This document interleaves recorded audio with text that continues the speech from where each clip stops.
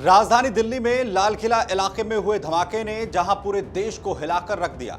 एक तरफ जांच एजेंसियां इस धमाके के अपराधियों के गिरेबान तक पहुंचने में जुटी हैं, वहीं अब तक जांच में जो खुलासे हुए हैं वो इसमें किसी बाहरी साजिश के एंगल की ओर भी इशारा कर रहे हैं। इसके साथ ही देश में मुंबई हमले से लेकर अब दिल्ली में हुए धमाके और इसके पैटर्न ने एक नाम को फिर से चर्चा में ला दिया है और वो नाम है भारत में मोस्ट वांटेड आतंकी मसूद अजहर का।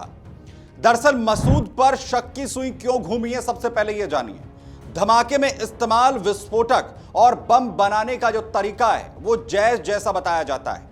पूछताछ में गिरफ्तार संदिग्धों ने भी जैश मॉड्यूल के संपर्क में होने की बात स्वीकार की है, जो सूत्र बताते हैं। इसके अलावा सूत्रों का यह भी कहना है कि crypto transactions on encrypted chats जो हैं वो जैश के कोडवर्ड इसमें बरामद किए गए हैं। दरअसल ऑपरेशन सिंदूर में मसूद अजहर की आतंक की फैक्ट्री को भारत की सेना ने पूरी तरीके से तबाह कर दिया था।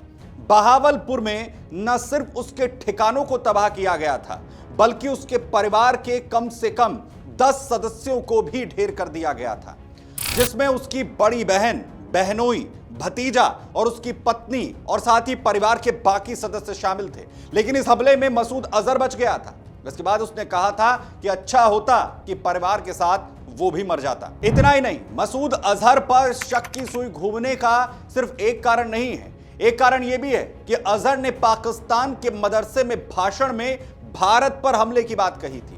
भारत पर आतंकी हमला की बात उसकी तरफ से कही गई थी और यह कहा था कि आतंकी अजहर ने कि जैश अब जम्मू कश्मीर समेत भारत में अपने जो हमले हैं वो बढ़ाएगा। इतना ही नहीं, अपने आतंकी मंसूबों को पूरा करने के लिए आतंकी मसूद अजहर जैश की आतंकी महिला ब्रिगेड जमात उल मोमिनात भी उसकी तरफ से बनाई गई है, जो धार्मिक शिक्षा के बहाने महिलाओं को कट्टरपंथी बनाने का काम करती है। इसकी जिम्मेदारी उसने अपनी बहन को ही दी है, उसकी बहन सादिया अजफर, जिसे यह जिम्मेदारी उसने दी है और उसे खुद उसने तैयार किया है। सादिया का पति यूसुफ ऑपरेशन सिंदूर में मारा जा चुका है, यह दावा किया जाता है।